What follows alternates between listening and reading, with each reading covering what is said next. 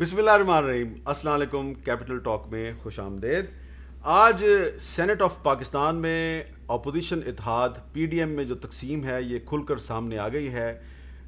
یوسف رضا گیلانی صاحب نے اور اعظم نذیر تارڑ صاحب نے آج سینٹ میں دو مختلف گروپوں کی قیادت کی، لیکن اپوزیشن کی تقسیم کے باوجود جب اپوزیشن کے ایک ممبر کامران مرتضیٰ صاحب نے کرونا ویکسین کے بارے میں ایک قرارداد پیش کی تو اپوزیشن کی تقسیم کے باوجود حکومت کو شکست ہو گئی.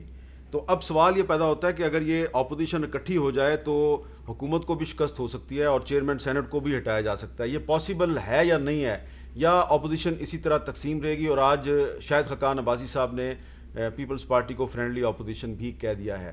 تو آج ہم بات کریں گے جناب شاہد خاقان عباسی صاحب سے، اور ان کے بعد بات کریں گے پیپلز پارٹی کے رہنما اور سابق وزیر اعظم راجہ پرویز اشرف صاحب سے. سب سے پہلے شاہد خاقان عباسی صاحب، بہت بہت شکریہ. شاہد خاقان عباسی صاحب، آپ نے آج پیپلز پارٹی کو فرینڈلی اپوزیشن قرار دیا، لیکن آج اسی فرینڈلی اپوزیشن کی مدد سے سینٹ میں آپ کے ساتھیوں نے حکومت کو شکست دی ہے. تو اگر یہ فرینڈلی اپوزیشن ہے تو پھر آپ آج اکٹھے کیوں تھے ان کے ساتھ؟ نہیں، میں نے پیپلز پارٹی کو فرینڈلی اپوزیشن نہیں کہا. میں نے کہا اس اپوزیشن کو کہا ہے جس کے اندر حکومتی بینچ کے لوگ بیٹھے ہوئے ہیں، باپ پارٹی کے لوگ بیٹھے ہوئے ہیں. اچھا، اس کو آپ نے فرینڈلی اپوزیشن کہا ہے. اور یہ ہم بھی اپوزیشن کا، ہم تو مستقل اپوزیشن کریں گے. 27 جو ممبران ہیں وہ جز وقتی اپوزیشن ہے، کیونکہ جہاں بھی حکومت کا نقصان ہوگا اور 5 ووٹوں سے زیادہ کا فرق ہوگا، میں بھی آپ لکھ لیں تو وہاں پہ آپ کو فائدہ ہوگا. جہاں بھی 5 ووٹوں کی ضرورت آپ کو پڑی وہ آپ کے ساتھ نہیں ہے. لیکن اگر وہ یوسف رضا گیلانی صاحب کے سپورٹر ہیں اور صرف آپ اگر ان کو فرینڈلی اپوزیشن کہہ رہے ہیں تو ان کا لیڈر فرینڈلی اپوزیشن لیڈر نہیں ہے؟ جی تو وہ فرینڈلی اپوزیشن سے ہی لیڈر بنے ہیں نا. بالکل ہے، معذرت سے. آپ نے انہی کو کہا ہے نا، معذرت سے آپ نے پیپلز پارٹی کو ہی کہا ہے. اس کا حل بڑا آسان ہے. جی، اگر وہ فرینڈلی نہیں ہے عدم اعتماد موو کریں. عدم اعتماد چیئرمین سینٹ کے خلاف. بالکل، چیئرمین سینٹ کے خلاف. تو اگر اس میں 57 ممبر ہیں تو اس میں پھر آپ کا امیدوار کون ہوگا؟ یوسف رضا گیلانی صاحب. آپ یوسف رضا گیلانی کو چیئرمین سینٹ کا امیدوار بنانے پہ تیار ہیں؟ جی بالکل، وہ انہی کی سیٹ ہے، ان کو واپس ملنی چاہیے. اچھا جی، تو یہ آپ ایک طرح سے فارمولہ پیش کر رہے ہیں. میرا فارمولہ نہیں ہے، میں تو اپنی بات کر رہا ہوں. آپ نے سوال پوچھا ہے تو میں یہ سمجھتا ہوں کہ وہ سیٹ ان سے لی گئی ہے. وہ پی ڈی ایم کا فیصلہ تھا کہ ان کو اس پہ نامینیٹ کریں. اب اگر وہ عدم اعتماد کروا لیتے ہیں یقیناً وہی امیدوار ہوں. آپ یہ نہیں سمجھتے کہ سینٹ میں جو اپوزیشن کی پارٹیز ہیں اس میں پیپلز پارٹی کا نمبر سب سے زیادہ ہے، آپ کی پارٹی سے بھی زیادہ ہے، تو اپوزیشن لیڈر بھی انہی کا ہونا چاہیے؟ دیکھیں، یہ پھر وہاں بات کر لیتے نا. پی ڈی ایم نے ایک فیصلہ کیا، یہ میرا فیصلہ نہیں ہے، یوسف رضا صاحب کا فیصلہ نہیں ہے. آپ اس فیصلے کی بات کر رہے ہیں جو آپ کے گھر پہ ہوا تھا. اس سے پہلے صدارتی جو سربراہی اجلاس تھا پی ڈی ایم کو، اس میں یہ فیصلہ ہوا. اس کی پھر ریٹیفیکیشن جو ہوئی، میرے گھر کمیٹی بنی اسپیشل، اس میں یہ تینوں فیصلے ہوئے، دعائے خیر ہوئی. ان کہانیوں میں مت جائیں، یہ بات یہ نہیں ہے. بات یہ ہے کہ آپ نے ایک فیصلے کی خلاف ورزی کی ہے. آپ نے حکومتی بینچ سے اٹھا کر اپنے نمبر پورے کیے ہیں. آپ نے جو پی ڈی ایم کا بیانیہ ہے آئین کے مطابق حکومت کو چلانا، اس کو توڑا ہے. یہ کم از کم مجھے قابل قبول نہیں ہے. یہ آپ کو کمٹمنٹ کس نے دی تھی کہ سینٹ میں اپوزیشن لیڈر مسلم لیگ نون کا ہوگا؟ یہ پی ڈی ایم کی پوری جماعت بیٹھی تھی، ہر جماعت سے ایک شخص تھا. پیپلز پارٹی کے راجہ پرویز اشرف صاحب تھے. وہاں پر یہ فیصلہ ہوا. 2-2.5 گھنٹے میٹنگ رہی. کام جو تھا 15-20 منٹ میں حل ہو گیا. باقی ایسی گپ شپ جو ہوتی ہے. اس کے بعد میاں افتخار صاحب جو اے این پی کے تھے، انہوں نے کہا دعائے خیر کریں. اس میں دعائے خیر بھی ہوگی. لیکن اس میٹنگ کے اگلے دن راجہ پرویز اشرف صاحب نے آپ کو فون کر کے یہ نہیں کہا تھا کہ جی وہ جو کل آپ نے بات کی اپوزیشن لیڈر والی وہ پکی نہیں ہے؟ جی مجھے بہت سے فون آئے. میں نے کہا پی ڈی ایم میں لے جائیں. اچھا، پی ڈی ایم فیصلہ کر چکی ہے. اچھا، میں نے کہا اگر آپ کو یہ سیٹ چاہیے آپ پی ڈی ایم سے رابطہ کریں، مجھے رابطہ کرنے کا کوئی فائدہ نہیں ہے. یہ بتائیں سر کہ اب پی ڈی ایم نے شو کاز نوٹس دے دیا ہے پیپلز پارٹی کو. جی، تو راجہ پرویز اشرف صاحب جو ہیں وہ سینئر وائس چیئرمین ہیں پی ڈی ایم کے، ہے نا؟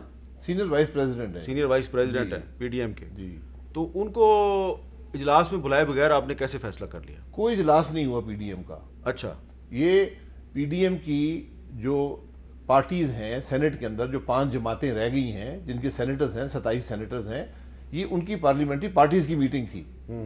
وہاں پر انہوں نے 2 فیصلے کیے. ایک انہوں نے فیصلہ کیا کہ ہم اپنا 27 کا بلاک علیحدہ بنائیں گے، جو آپ نے آج ہم دیکھا سینٹ کے اندر. دوسرا انہوں نے فیصلہ یہ کیا کہ ہم سفارش کرتے ہیں پریزیڈنٹ پی ڈی ایم مولانا فضل الرحمان صاحب کو کہ وہ پوچھیں، ایکسپلینیشن مانگیں پیپلز پارٹی اور اے این پی سے کہ انہوں نے سینٹ میں ہمارا اتحاد کیوں توڑا. یہ پھر میں نے مولانا فضل الرحمان صاحب کو یہ بات پہنچائی. انہوں نے کہا ٹھیک ہے ہم ایکسپلینیشن مانگ لیتے ہیں. وہ ایکسپلینیشن تیار ہوئی، اس کو مولانا صاحب نے اپروو کیا اور وہ میرے سگنیچر سے آج دے دی گئی. تو یہ جو ایکسپلینیشن یا شو کاز نوٹس ہے یہ مولانا فضل الرحمان صاحب کی مرضی اور تائید سے جاری ہوا ہے؟ جی بالکل. لیکن وہ اس اجلاس میں تو نہیں تھے نا مولانا صاحب؟ نہیں، یہ اس اجلاس کی نتیجہ نہیں ہے. اس اجلاس میں سفارش کی گئی کہ مولانا صاحب یہ سٹیپ لیں، ان کی ریکمنڈیشن تھی. میں نے وہ جا کے مولانا صاحب کو پہنچائی، فون پہ پہنچائی، پھر ڈسکشن بھی ہوئی ذاتی طور پر. انہوں نے کہا ٹھیک ہے آپ اس پہ آگے یہ نوٹس دے دیں. یہ حق بنتا ہے ایک اتحاد کا کہ اس نے ایک فیصلہ کیا ہے، اس فیصلے کی خلاف ورزی ہوئی ہے تو اس جماعت سے ضرور پوچھنا چاہیے کہ یہ کیا ہوا ہے. اچھا اب یہ بتائیں کہ یہ جو سینٹ کا الیکشن تھا 3 مارچ کو، اس سے پہلے پنجاب میں سارے ان اپوزڈ ہو گئے تھے. اس میں آپ کے بھی ان اپوزڈ ہو گئے، اس میں کاف لیگ کے بھی ان اپوزڈ ہو گئے، پی ٹی آئی والے بھی ان اپوزڈ ہو گئے. جی اگر اس وقت مسلم لیگ نون جو ہے اس کے سینیٹر منتخب ہو سکتے ہیں حکومت کے ساتھ ایڈجسٹمنٹ کر کے، تو یوسف رضا گیلانی صاحب پر کیوں اعتراض ہے کہ وہ حکومت کی سائڈ سے کچھ بندے اپنی طرف لے آئے؟ جی یہ ایڈجسٹمنٹ نہیں تھی، یہ الیکشن تھا. پہلے لیڈیز سیٹ اور ٹیکنوکریٹ سیٹ پر، کیونکہ پنجاب میں بہت زیادہ نمبرز چاہیے ہوتے ہیں الیکٹ ہونے کے لیے، تو وہاں پر 2 امیدوار ہی آئے، وہ سارے منتخب ہو گئے بلا مقابلہ. جو جنرل سیٹیں تھیں اس پہ ہمارے پاس فالتو نمبرز تھے، یعنی جو 3 ہمارے الیکٹ ہو رہے تھے اس میں ہمارے پاس فالتو نمبرز تھے. ہم نے ایک کینڈیڈیٹ بھی کھڑا کیا جو کہ اس کو تائید حاصل تھی بہت سے اور لوگوں کی بھی. ہم نے جب دیکھا اس میں ایک پیپلز پارٹی کے بھی امیدوار کھڑے تھے اس وہاں پر پنجاب کی جنرل سیٹس پر، کاف لیگ کے بھی تھے. ہم نے یہ دیکھا کہ یہاں پر ماحول ایسا پیدا ہو گیا ہے کہ خرید و فروخت شروع ہو گئی. ہمارے 2 امیدوار بالکل نئے تھے، عرفان صدیقی صاحب جنہوں نے ریپلیس کیا تھا پرویز رشید صاحب کو، اور عفنان اللہ صاحب جو اپنے والد مشاہد اللہ کی جگہ پہ آئے تھے. تو چونکہ ان کی اتنی لوگوں سے ملاقات نہیں تھی ایز اے امیدوار یا ایز اے پارٹی کینڈیڈیٹ، تو ہمیں خدشہ یہ تھا کہ ان کے ووٹ شفٹ نہ ہو جائیں. تو ہم نے یونیلیٹرلی اپنا کینڈیڈیٹ وڈرا کر لیا چوتھا. جب چوتھا کینڈیڈیٹ وڈرا ہوا تو مارکیٹ میں ساری بات ہی ختم ہو گئی. یہ ہم نے ایز اے اسٹریٹجی کیا. کاف لیگ نے پریشر ڈالا پی ٹی آئی پر کہ جی آپ نے ہمیں سیٹ کا وعدہ کیا ہوا ہے، اب آپ بھی اپنے کینڈیڈیٹ وڈرا کریں. ان کے بھی وڈرا ہو گئے، کاف لیگ کا بندہ بھی بن گیا جو کہ پی ٹی آئی نے کھڑا کیا تھا. پیپلز پارٹی کو بھی وڈرا کرنا پڑا، انہوں نے بھی وڈرا کر لیا، بات ختم ہو گئی. تو آپ کا اس سارے معاملے میں کوئی کاف لیگ کے ساتھ یا پی ٹی آئی کے ساتھ کوئی رابطہ نہیں ہوا؟ نہیں، ضرورت ہی نہیں رابطے کی. ہمارے پاس تو سرپلس ووٹ تھے. رابطہ وہاں پہ ہوتا ہے جب ووٹ نہ ہو آپ کے پاس. آپ کہیں مجھے یہ ووٹ دے دو، تم یہ ووٹ لے لو. ہمارے پاس تو 20-22 ووٹ فالتو تھے. ہم نے اپنے آپ کو پروٹیکٹ کیا. اچھا آپ کہتے ہیں کہ جی یوسف رضا گیلانی صاحب جو ہیں وہ چیئرمین سینٹ کے خلاف تحریک عدم اعتماد لائیں، اور آپ گیلانی صاحب کو بطور چیئرمین سینٹ کے امیدوار سپورٹ کرنے کے لیے تیار ہیں. تو آپ کو لگتا ہے کہ اگر وہ چیئرمین سینٹ بن جائیں گے تو اس کے بعد بھی پھر پیپلز پارٹی اور نون لیگ کے معاملات جو ہیں وہ ٹھیک رہیں گے، یا ہر دوسرے دن کوئی نہ کوئی گڑبڑ ہو جائے گی؟ آپ نے مجھے سوال کیا، میں نے جواب دے دیا. یہ میری پارٹی یا پی ڈی ایم کا جواب نہیں ہے، میرا ذاتی جواب ہے کہ وہ کرسی انہی کی ہے، وہ جیتے ہوئے ہیں. انہوں نے خود اپنی ہار تسلیم کر لیا یہ پوزیشن لے کر. معذرت سے کہتا ہوں وہ جیتے ہوئے تھے، ہر لحاظ سے جیتے ہوئے ہیں. مجھے آج بھی توقع ہے کہ سپریم کورٹ میں جب بات جائے گی وہ جیت جائیں گے. ان کو انتظار کرنا چاہیے تھا. میں گیلانی صاحب کا ووٹر بھی ہوں اور سپورٹر بھی ہوں، وہ اس بات کو جانتے ہیں. میری جماعت نے 83 ووٹ ان کو سینٹ کے اجلاس میں دیے قومی اسمبلی میں. اس کے علاوہ ہم نے دن رات ان کے لیے کام کیا. پھر ہم نے چیئرمین سینٹ کے معاملے میں دن رات ان کے لیے کام کیا. تو ووٹر سپورٹر کا بھی حق ہوتا ہے کہ اگر آپ نے یہ قدم لینا ہے اسی سے پوچھ ہی لیتے یار کہ میں یہ کرنے لگا ہوں. تو آپ کا شکوہ یہ ہے کہ آپ سے پوچھے بغیر یہ سارا کچھ ہوا؟ میرا شکوہ یہ ہے، جو پی ڈی ایم کا شکوہ ہے، کہ آپ نے حکومت سے کولیبریٹ کیا یہ کرسی حاصل کرنے کے لیے. اور جو لوگ جنہوں نے آپ کو ووٹ نہیں دیا تھا گورنمنٹ بینچز پر بیٹھے تھے ان کو یہاں پر بٹھا کر آپ نے لیڈر آف اپوزیشن کی کرسی حاصل کی جو آج 27 ممبران کو قبول نہیں ہے. آپ کی ان کی عزت زیادہ ہوتی اگر وہ پی ڈی ایم کے فیصلے پر برقرار رہتے یا پی ڈی ایم سے کہتے فیصلہ تبدیل کر لو. آج جو مسئلہ سارا یہ ہے کہ یہ اراکین یہاں سے یہاں آئے کیسے. میں معذرت سے کہتا ہوں یہ معاملہ اسٹیبلشمنٹ کی مرضی کے بغیر ممکن نہیں ہوتا.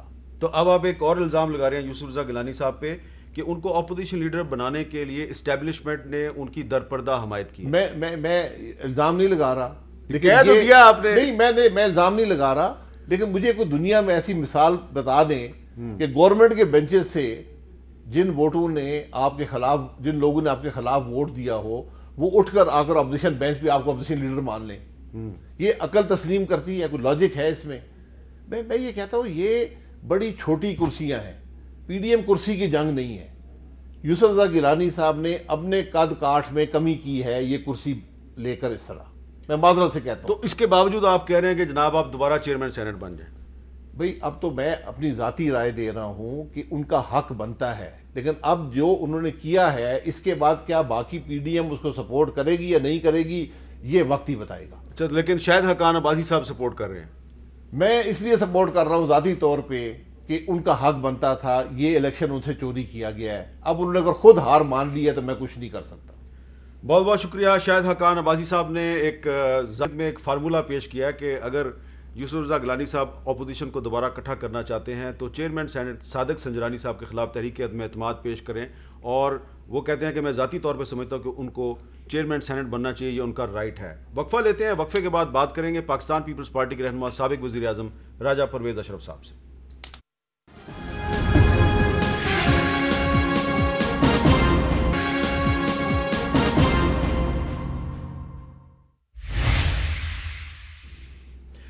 کیپٹل ٹاک میں خوش آمدید. آج ہم بات کریں گے پاکستان پیپلز پارٹی کے سینئر رہنما سابق وزیر اعظم راجہ پرویز اشرف صاحب سے. ہمارے ساتھ موجود ہیں. رائے صاحب بہت بہت شکریہ, آپ نے ہمیں ٹائم دیا.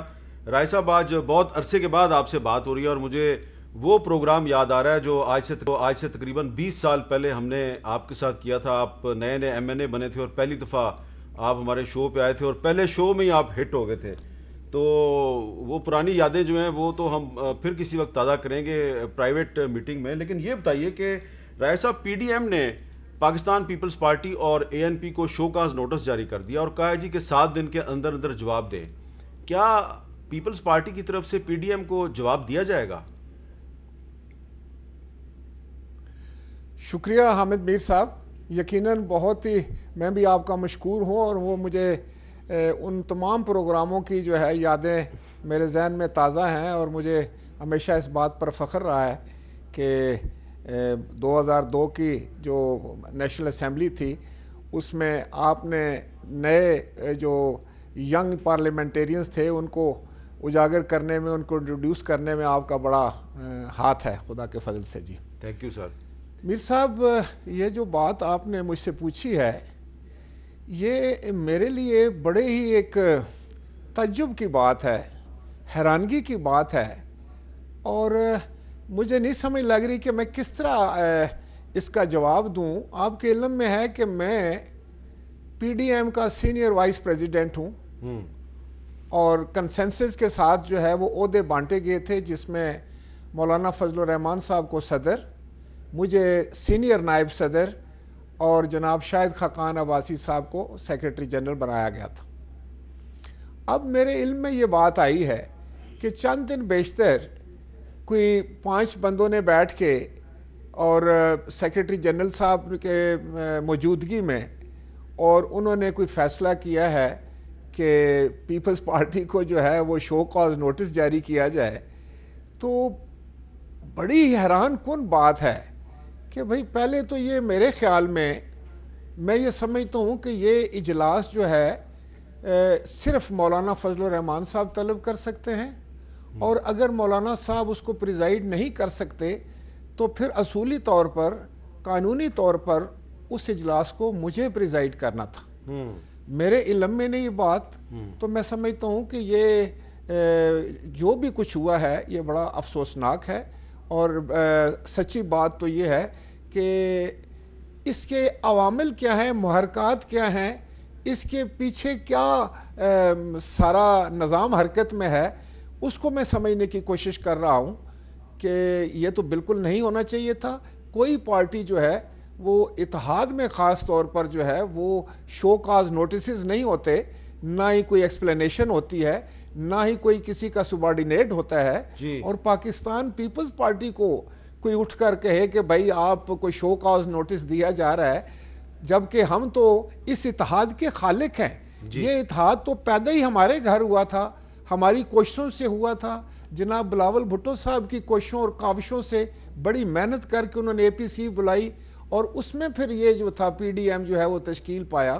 تو یہ کیوں کر ممکن ہے کہ آپ پاکستان پیپلز پارٹی کو کوئی پارٹی، کوئی ایک عہدیدار یا سارے مل کر بھی جو ہے وہ شو کاز نوٹس دے دیں، اور جبکہ ہم یہاں پر موجود ہیں شہر میں، اور ان کو یہ بھی پتہ ہے میر صاحب کہ اصل مسئلہ یہ تھا کہ 26 تاریخ کو ہمارا لانگ مارچ تھا۔ پیپلز پارٹی نے اس کے لیے بھرپور کوششیں اور تیاریاں کر لی تھی، ہم بالکل تیار تھے۔ اینڈ ٹائم کے اوپر ہمیں کہا گیا کہ آپ نے استعفے دینے ہیں، جبکہ ان کو پتا تھا PMLN کو کہ ہم استعفوں سے انکاری ہیں اور ہم استعفے نہیں دینا چاہتے، کیونکہ ہمارے خیال کے مطابق استعفے جو ہیں اس مسئلے کا حل نہیں ہے، اور ہمیں پارلیمانی فورمز کو نہیں چھوڑنا چاہیے۔ ہم بلکہ یہ کہتے تھے کہ آپ عدم اعتماد لے کر آئیں، پنجاب میں لے کر آئیں، نیشنل اسمبلی میں لے کر آئیں، اور جب آپ نے جب بھی ہماری بات مانی ہے، پاکستان پیپلز پارٹی کی بات مانی ہے، تو آپ کو اور PDM کو فائدہ ہوا ہے۔ آپ نے دیکھا کہ یہ ضمنی انتخاب میں نہیں جانا چاہ رہے تھے، ہم نے ان کو کنونس کیا، اور بلاول بھٹو زرداری صاحب نے کنونس کیا کہ جناب آپ جو ہے وہ ضمنی انتخاب نہ چھوڑیں۔ ضمنی انتخاب میں گئے، وہاں پر PDM کو خاطر خواہ کامیابی حاصل ہوئی۔ اس کے بعد انہوں نے کہا کہ ہم سینٹ کے انتخابات میں حصہ نہیں لینا چاہتے۔ اس کے بعد دوبارہ جناب بلاول بھٹو زرداری صاحب نے کنونس کیا تمام PDM کو کہ نہیں، آپ کو یہ فورم بھی نہیں چھوڑنا چاہیے، اور پھر آپ نے دیکھا کہ بہت بڑی کامیابی ہوئی۔ پھر قومی اسمبلی کی جو ایک سیٹ تھی، جنرل سیٹ تھی، اس پر جب جناب یوسف رضا گیلانی صاحب نے حکومت وقت کو شکست دے دی، وزیر اعظم مات کھا گئے، تو اتنی بڑی کامیابیوں کو سمیٹتے، اتنی بڑی کامیابیوں کی خوشی مناتے، جو کہ PDM کے لیے بے سمی تو بہت بڑا کارنامے تھے، الٹا یہ پیپلز پارٹی کو پڑھ گئے اور کہا کہ بھئی ہم آپ کو شوکاس۔ رائے صاحب، کیا یہ درست ہے کہ جو PDM کا ایک اجلاس تھا جس میں یوسف رضا گیلانی صاحب کو PDM کا مشترکہ امیدوار بنانے کا فیصلہ ہوا تھا، اس میں آپ نے یہ یقین دہانی کروائی تھی کہ یوسف رضا گیلانی صاحب اگر PDM کے مشترکہ امیدوار ہوں گے فار چیئرمین سینٹ، تو پھر اپوزیشن لیڈر جو ہے سینٹ میں وہ مسلم لیگ نون کا ہوگا؟ جی حمد صاحب، ایسا ہے، مطلب میں ذرا اس کو فیکٹس کو ذرا صحیح طرح سامنے رکھوں آپ کے، کہ جو سربراہی اجلاس میں اس میں یہ فیصلہ تو ہو گیا تھا کہ یوسف رضا گیلانی صاحب جو ہیں وہ چیئرمین کے امیدوار ہوں گے، لیکن اس میں اگر فیصلہ نہیں ہو سکا تھا اور وہ پینڈنگ تھا، اور اس کے لیے ایک کمیٹی تشکیل دی تھی جس کا میں بھی ممبر تھا، اور وہ تھا ڈپٹی چیئرمین سینٹ کے لیے، کیونکہ اس میں جناب JUI بھی امیدوار تھی، اور جناب اختر مینگل صاحب کی پارٹی جو ہے وہ بھی امیدوار تھے۔ تو وہ اجلاس جو تھا وہ ہوا تھا شاہد خاقان عباسی صاحب کے گھر پہ، جس پہ میں بھی حاضر تھا، اور وہاں جب میں گیا تو میں نے جاتی ایک بات کی کہ کیونکہ آپ نے بہت مہربانی کر کے ہمیں چیئرمین شپ کے لیے امیدوار نامزد کر دیا ہے، لہٰذا میں ڈپٹی چیئرمین کے معاملے میں اپنی رائے نہیں دوں گا، تاکہ کیونکہ میں چاہتا ہوں کہ ہمارے لیے سب برابر ہیں اور ہم الیکشن میں جا رہے ہیں، لہٰذا جو بھی آپ فیصلہ کریں گے وہ ہمیں منظور ہوگا ڈپٹی چیئرمین کے حوالے سے۔ وہاں پھر اچانک یہ بات بھی سامنے آ گئی کہ بھئی اگر آپ کو چیئرمین مل رہا ہے تو ڈپٹی چیئرمین ایک پارٹی کو ملتا ہے، تو پھر PMLN کو جو ہے آپ لیڈر آف دی اپوزیشن دے دیں۔ یہ اگر میں صحیح طور پر مجھے یاد ہے یہ بات جو ہے وہ شاہد خاقان صاحب کی طرف سے آئی، تو میں نے وہاں پر میری ایک ایسی سچویشن تھی کہ میں تو آپ کو پتہ ہی ہے کہ میں جیسے میں نے پہلے عرض کی کہ میں اس پوزیشن میں نہیں تھا کہ میں کنفرنٹ کرتا، لیکن اس کے باوجود میں نے کہا کہ میرا خیال ہے کہ ڈپٹی چیئرمین کے لیے آیا ہوں میں، تو اس پہ بات کر لیتے ہیں۔ تو لیکن کیونکہ پھر معاملہ اس طرح ہوا کہ میرے دھیمے لفظوں میں یا دبے الفاظ میں احتجاج کے باوجود، یا احتجاج اگر میں نہ کہوں تو بالکل کہ وہ میری ایک آپ یوں سمجھیں کہ خاموشی، اور اس پہ پھر انہوں نے یہ کہا کہ نہیں ہوگا.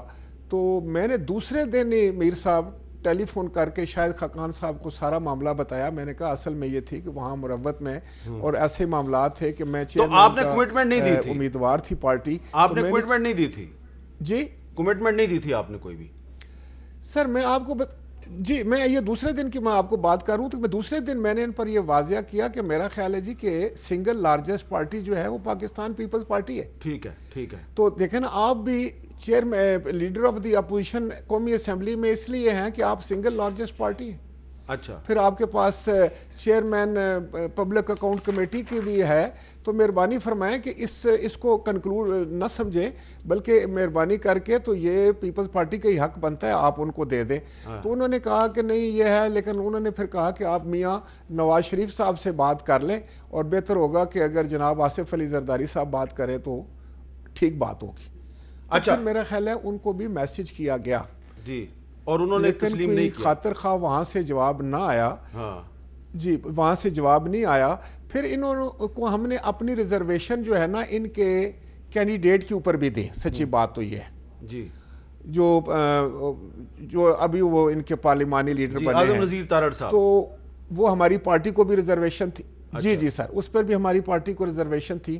لیکن پھر اچانک جو عجیب بات ہوئی ہے، جو میں خود اس وقت تک مجھے ہضم نہیں ہو رہی بات ہو، کہ اچانک جو ہے کہ انہوں نے خود یہ فیصلہ کیا کہ بھئی ہم یہ سارے معاملات، اصل مسئلہ تو شروع ہوا نا کہ ہم استعفے دیتے ہیں یا نہیں دیتے. سچی بات تو یہ ہے کہ 26 تاریخ کو کال آف ہو گیا لانگ مارچ، اور ہم نے ان سے ٹائم لیا کہ ہم جا رہے ہیں سی کے پاس.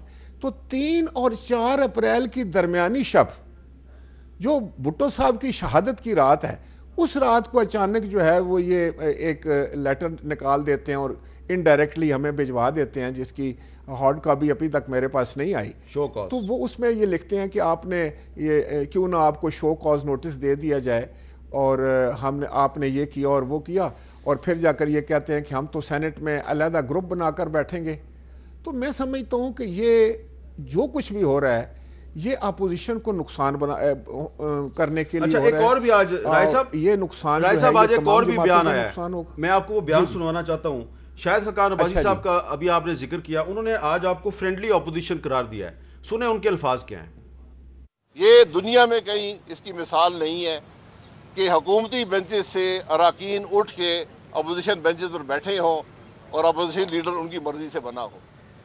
تو یہ جو فرینڈلی اپوزیشن ہے وہ ہمیں نہیں چاہیے، حقیقی اپوزیشن چاہیے، اور وہ انشاءاللہ آپ کو سینٹ میں ملے گی. تو رائے صاحب آپ کو فرینڈلی اپوزیشن قرار دے دیا ہے شاہد خاقان عباسی صاحب نے، اس کا کیا جواب دیں گے؟ میر صاحب میں سمجھتا ہوں کہ جتنے آپ کی نظر ہے پاکستان کی سیاست پر شاید ہی کسی کی ہو. یہ میرا بالکل 100% مجھ پہ کانفیڈنس ہے کہ آپ سمجھتے ہیں بہت اچھے اور باریکی کے ساتھ سیاست کو. پاکستان پیپلز پارٹی کبھی فرینڈلی اپوزیشن نہ رہی ہے، نہ ہو سکتی ہے کسی کی. حقیقت یہ ہے کہ یہ ایک سوچے سمجھے منصوبے کے تحت پاکستان پیپلز پارٹی کے اوپر جو حملہ آور ہوگی ہے PMLN، and just for nothing. ابھی تک ہم نے تو لب کشائی نہیں کی. کیا میں ان سے پوچھ سکتا ہوں، یہ کہتے ہیں کہ کوئی اپوزیشن ممبران سے آپ نے ووٹ لے لیے 3، حالانکہ ان 3 ووٹوں کے علاوہ بھی ہماری اکثریت ہے.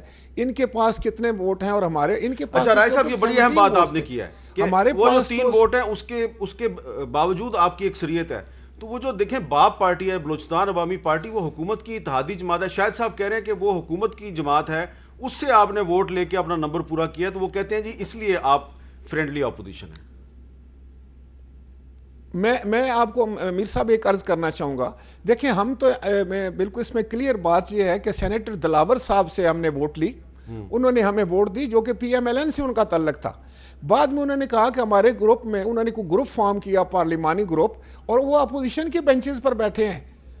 لیکن میں ان سے کیا پوچھ سکتا ہوں شاہد خاقان عباسی صاحب سے کہ پنجاب میں جب آپ نے کہا کہ ہمارے فالتو ووٹ ہیں 20-22 اور ہم دینے کے لیے تیار ہیں، اور پیپلز پارٹی نے اپنا کینڈیڈیٹ سینٹ کے لیے اتارا، تو آپ نے بغیر الیکشن کے PTI کے ساتھ گٹھ جوڑ کر کے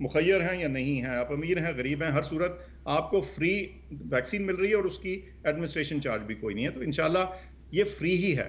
اب چند لوگوں کے لیے اگر یہ پرائیویٹلی آ گئی ہے تو وہ بھی بات ان کی ٹھیک ہے, لیکن میں اس پہ زیادہ کچھ اس لیے نہیں بول سکتا کیونکہ اس وقت یہ معاملہ سب جوڈس ہے, کورٹ کے پاس ہے, کورٹ نے اپنی وزڈم میں ایک فیصلہ کیا ہے, ہمیں اس کو فی الحال رسپیکٹ اسی طرح کرنی چاہیے جیسے کیا کرتے ہیں. لیکن ڈاکٹر صاحب یہ جن لوگوں نے یہ منگوائی ہے اسپوٹنک, مثلا اسلام آباد میں آئی ڈی سی والوں نے منگوائی تو 24-25 لاکھ افراد کی آبادی ہے اسلام آباد شہر میں, صرف انہوں نے 900 ڈوزز منگوائی ہیں اور وہ 1-2 دن میں ختم ہو گئی ہیں, تو اس کی امپورٹ کی اجازت بڑی لمیٹڈ ہے. آپ نہیں سمجھتے کہ جو لوگ افورڈ کر سکتے ہیں ان کے لیے زیادہ اسپوٹنک کی ڈوزز زیادہ تعداد میں امپورٹ کرنے کی اجازت ملنی چاہیے؟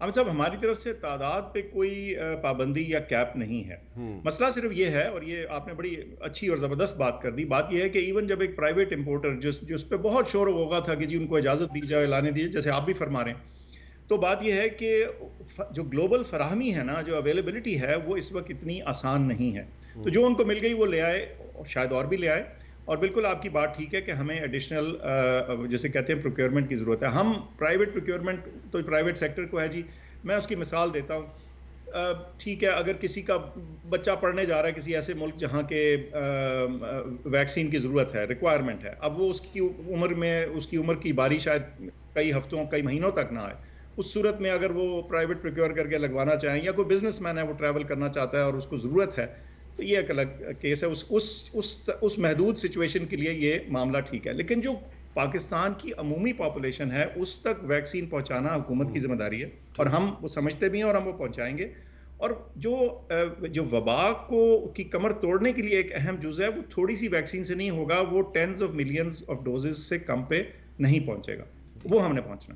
جی بہت بہت شکریہ ڈاکٹر فیصل سلطان صاحب. اور وہ یہ کہہ رہے تھے آہستہ with the passage of time Pakistan کے ہر شہری کو اینٹی کرونا ویکسین جو ہے یہ اس کی سہولت فراہم کی جائے گی, اور وہ پرائیویٹ امپورٹرز جو کہ اسپوٹنک یعنی کہ رشین ویکسین کو امپورٹ کر رہے ہیں کہ ان کے لیے بھی وہ ان کا یہ کہنا ہے کہ ان کو بھی مزید یہ ویکسین امپورٹ کرنے کی اجازت ملنی چاہیے, اور اس سلسلے میں حکومت کو جلد از جلد یہ فیسلٹی جو ہے وہ تمام وہ لوگ جو کہ صاحب استطاعت ہیں اور افورڈ کر سکتے ہیں تو ان کو یہ سہولت فراہم کرنے کے لیے اس کی زیادہ سے زیادہ امپورٹ کی اجازت دینی چاہیے. اجازت دیجیے, اللہ حافظ.